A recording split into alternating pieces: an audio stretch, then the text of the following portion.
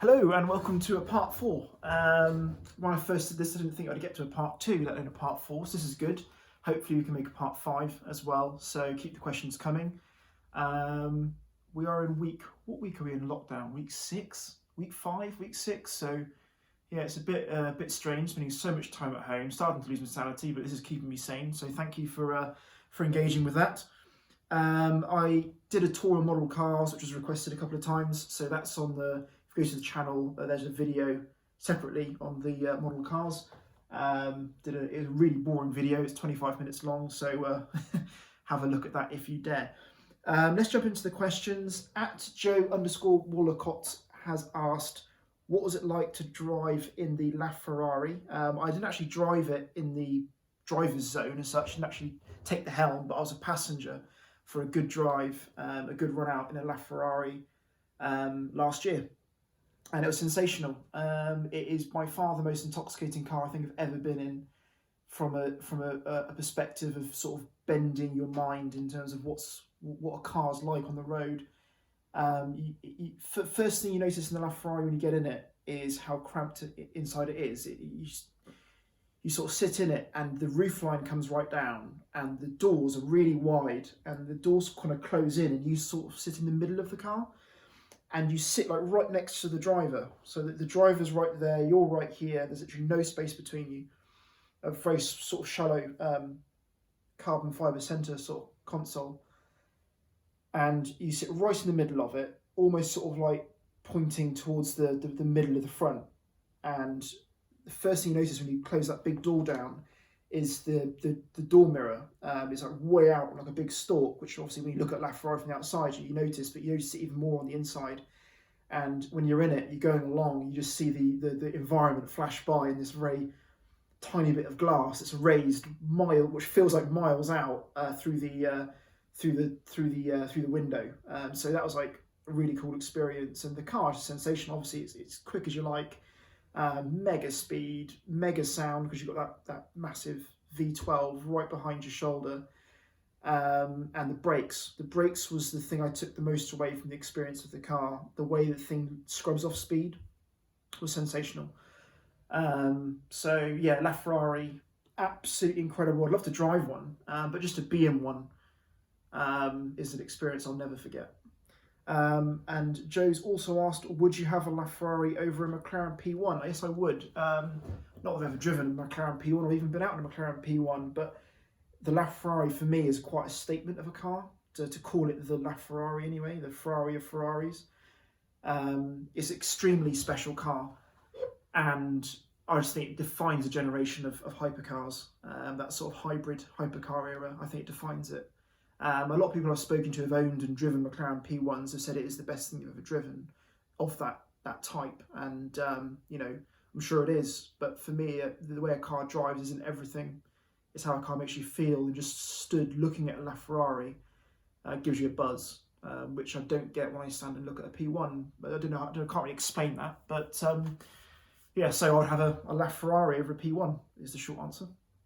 At Leon Watts, hi Leon, thanks for your questions. You've asked a couple here.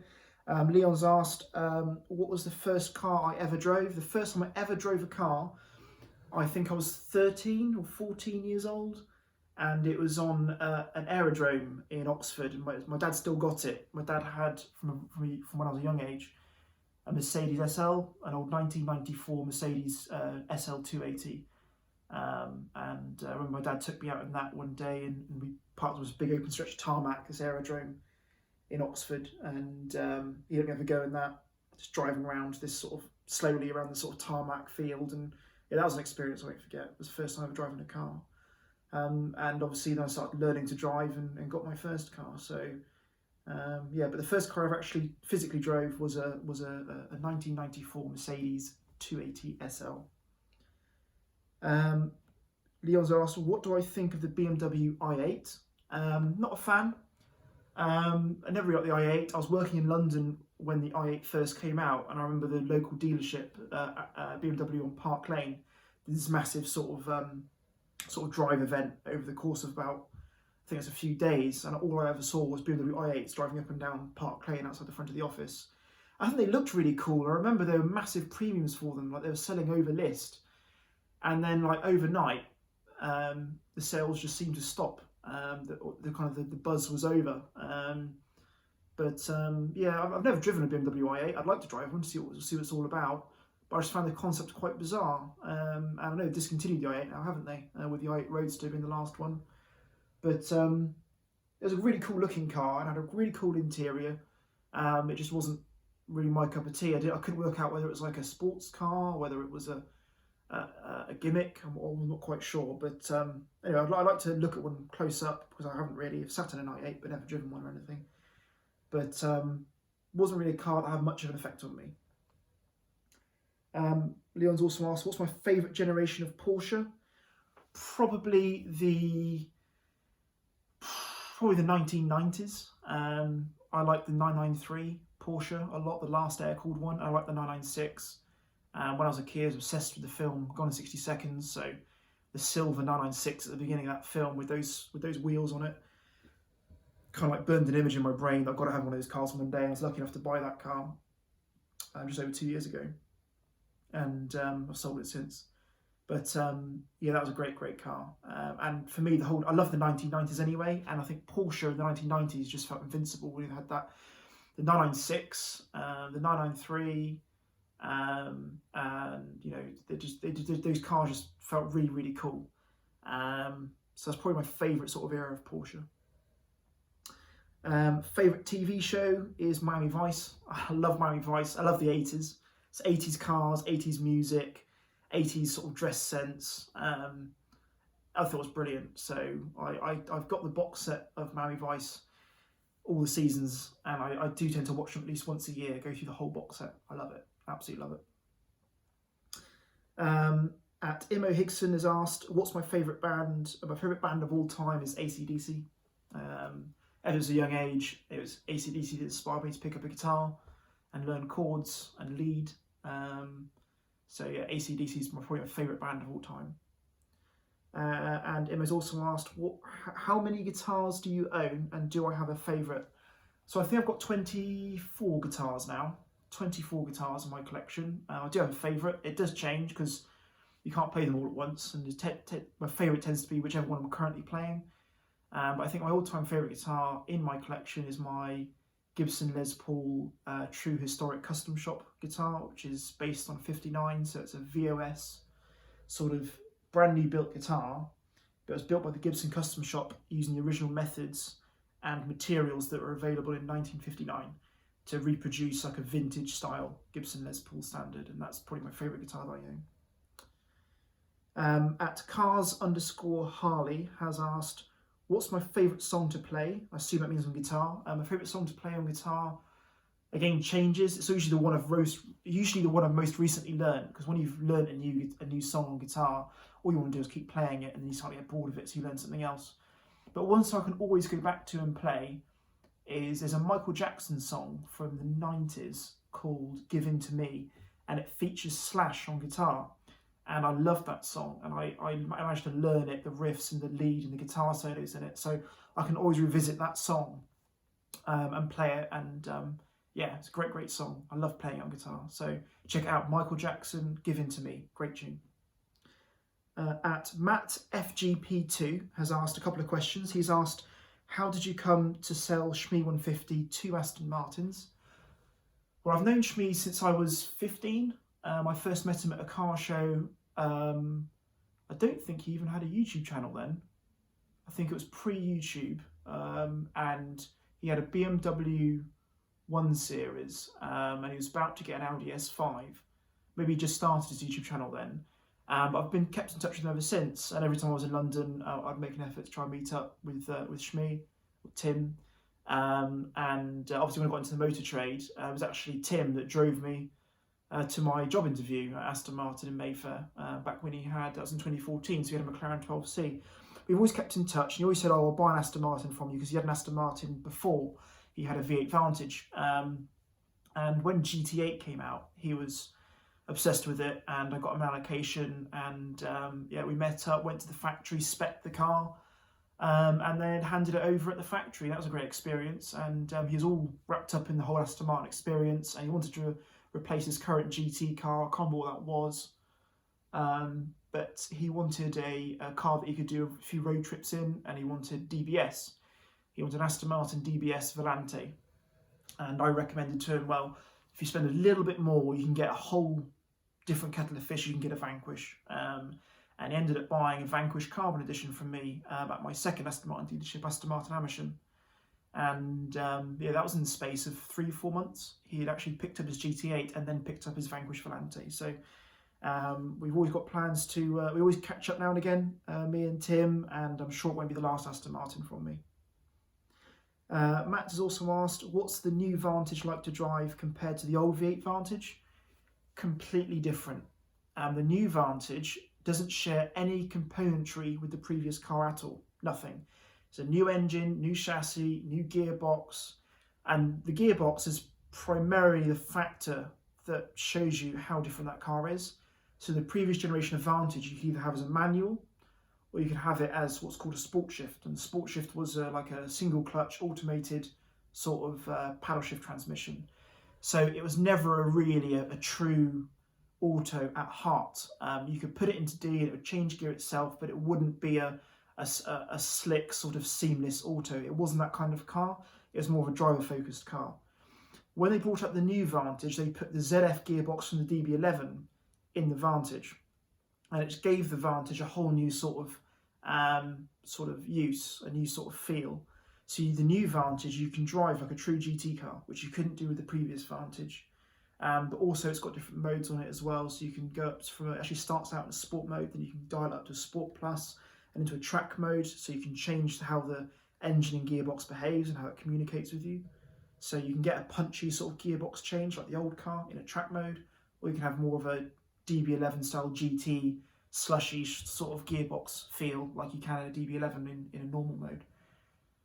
So yeah, the Vantage is completely different. It's a whole new world of car compared to the old Vantage. So yeah, it's I mean, there's plenty of reviews online that you can look at and people driving it and comparing it. When I actually did my training in the new Vantage, we actually drove the old Vantage and the new Vantage back to back around a track, and it really does show you, if you drive them both back to back, the differences are huge. And the new Vantage is more usable, is the fact. It's a much more usable car. It's a bit less intimidating. It's a bit more sort of friendlier to drive. And yeah, as I said, a lot of that's down to the gearbox really. But it's a very, very different car, and there's almost no comparison. At Mr. JWW98, he's asked, as an Aston Martin employee stroke fan, what's your opinion on the David Brown Automotive Speedback GT, which shares a number of design cues from Aston's of the 60s? I don't get it. I know the car you mean. It's the car, I think it's, I could be wrong, isn't it based off a Jaguar XK or a Jaguar XK8 or something? And they sort of build a modern interpretation of a DB5 on the top, and I just don't get it. I don't think it looks great. And if it was me, you either buy an old car or you buy a new car. I don't get the whole retro-mobile sort of thing. There's a difference between having a new car that has styling cues from an old car, but I don't get a brand new car or a very modern car trying to imitate an old car, because they're not going to be in any way comparable, and will never look right either. So I think that if you're looking for a modern DB5, just buy an Aston Martin DB5 and take it to Aston Martin Works or something and get them to fit power steering and better brakes and give the engine a tune and things like that. That's probably your best bet. So I never really understood the David Brown Speedback GT. It wasn't something I never really understood who the customer was for that car. But the company themselves, David Brown Automotive, they've done some cool things. A customer of mine has a David Brown Mini, and they've taken like an existing Mini and sort of resto mod it, a bit like a Singer. And that makes sense, because they're taking an old car, an existing old car, and sort of doing their own version of it, which is great. But the DB5, they're not taking a DB5 and doing their own version of it. They're taking a Jaguar XK and then building something on top, and it just doesn't work in my head. But yeah, it's an odd car, complicated question, but yeah, I'm not a fan. Is the answer. And a question from Facebook as well. So Nick and Fang Barrow on Facebook have asked me, what's my most strange customer experience? I've had some strange customer experiences. Obviously, I'm limited by what I can say on camera, but I've had some strange experiences. There's nothing that sort of springs to my mind that sort of really weirded me out. I've had a car bought by its previous owner, which was strange. I had an inquiry come through for a V8 Vantage Roadster, and the guy phoned me up, gave me his details. He actually bought the car on the phone, and it was only when he came to pick it up, I was putting all the paperwork together in the file, and I noticed that the name of the previous owner was the name of the guy who just bought it. And I thought, well, that's quite strange. And there was a bit of a complicated story behind it as well. It turned out the guy had left the country to pursue his career in America or something, and he had left the car to his dad. His dad had then traded the car in at another dealership, I think against a BMW i8 or something. And when he came back from the States, during this transaction, he found his Aston Martin wasn't there anymore. And his dad said, oh yeah, I traded that thing in and got myself a new BMW instead. And that BMW dealer, I think, traded the car to us, and he tracked it down and bought it back. So that was a very weird transaction. But I'm sure there's a few more if I think about it. Nick and Fang have also asked, what's the most ridiculous money drop I've seen or heard of on a car in the business? In terms of depreciation, obviously it's a daily task for me at the office, is valuing cars, and obviously delivering to that customer what their car's worth. Sometimes they're sort of switched on about it, sometimes they have no idea, and sometimes they're quite deluded. But it's just about educating, isn't it? I mean, you've got to look at what they're selling for in the market as a best case scenario, what that car's worth, transactable value. And I think the biggest depreciation I've ever quoted myself was on a Bentley Mulsanne. So it was a chap who owned the Bentley from new, and I think he paid something like £250,000, £260,000 for this Bentley Mulsanne. He did quite a few miles in it, I think 50,000 miles. Had it for quite a few years, and I think the trade value was 40 grand. So 40 grand from sort of over £250,000 was quite shocking. Yeah, Bentley Mulsanne I'd probably say is the biggest depreciating car that I've ever dealt with personally. And how are Aston Martin customers different to other brand customers? That's a good question. They're not different, I suppose, in a physical sense. They're just got a different sort of mentality, I suppose. I mean, it all comes down to stereotypes. I don't think Aston Martin customer is a certain age type. I don't think an Aston Martin customer is a certain gender. I don't think an Aston Martin customer is a certain sort of profession. You get a mixed bag with Aston, because Aston Martins sell to young people, old people, professionals, athletes, lawyers, all sorts. And different to other brand of clients, so like a Ferrari customer, I think it comes down to the brand value that Aston Martin is understated. If you're buying Aston Martin, typically it's because you want to own a nice car, you want to have something to show for your hard work, but you don't typically want to sort of rub it in people's faces. And I think if you drive like a Ferrari or Lamborghini, stereotypically the image is that you want to make a bit of a statement. You want people to know that you're around. You usually have it in a bright colour. And I get that, but typically, majority of Aston Martin customers want to be more understated, and that's probably why you see them a lot in sort of silver and grey and black and things. Now I know you, Nick, you've got a bright yellow V12 Vantage S, and that's brilliant because that shows the other side of Aston. And Aston Martin can be exotic, it can be colourful, and your car is a great sort of demonstration of that. I've had customers before that have come in to buy an Aston Martin because they want to be understated, and they've seen like a Madagascar orange Vantage in the showroom or a Volcano red DBS, and they thought, actually, you know what, that looks awesome, and they've actually ended up buying that car instead of ordering a silver or black car. So I don't think there's any sort of physical difference between the two different customer types. because I think there's a lot of crossover, and you'll find Aston Martin customers that will also have Ferraris, they'll also have Porsches, they'll also have Lamborghinis, and vice versa. So it's a bit of a hard question to answer without having to be very stereotypical, but typically I think it comes down to the fact that the brand is very understated. So that's probably why you'll find Aston Martin customer most of the time will be more of a quieter, more reserved individual than the average Ferrari or Lamborghini customer, perhaps, as an example. But that sort of wraps up for part 4. Hopefully you enjoyed watching it. It is a terrible day out there today, absolutely pissing it down with rain. So, yeah, hopefully that's answered these questions for now. Ask me some more questions, drop them in the comments below, DM me or comment on Instagram, and let's get together at part 5. I will be doing a guitar tour collection video at some point as well, so I'll probably do that tomorrow or later in the week. I'll grab the camera and I'll walk around my guitar room and show you what guitars I've got. But thanks for watching. Over and out for now. Take care of yourself. Stay at home.